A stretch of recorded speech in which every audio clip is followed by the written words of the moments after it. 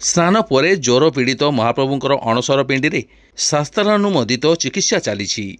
विश्वावसु तथा विद्यापति वंशधर दैतापति माने महाप्रभुंकर गुप्त सेवा करुछंती।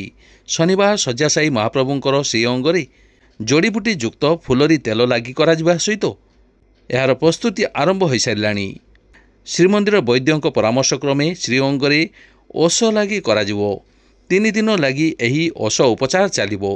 पटी दियोठारे मध्याह्न धूप सरिबा परे अणसर द्वार फिटा जाई गुप्त सेवा आरंभ होइतिला एवं सेवा सरिबा परे पुणी अणसर द्वार बंद होई पटीदियोंकर अन्यान्य नीति चलीछि। स्नानजाता परठारु अणसर घरे थिबा महाप्रभुंकर दैनिक नीतिकांति एहिभଳି चलीछि। असुस्थ होई शय्याशायी थिबा महाप्रभु जून 26 तारिख रे चका विजे करिवे।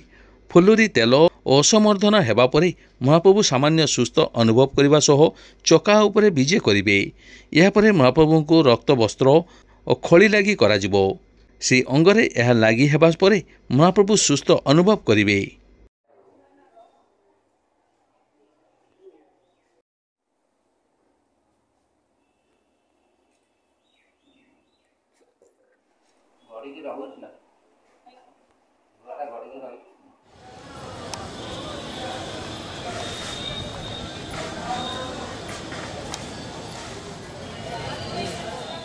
घर अच्छी क्या जिन अच्छी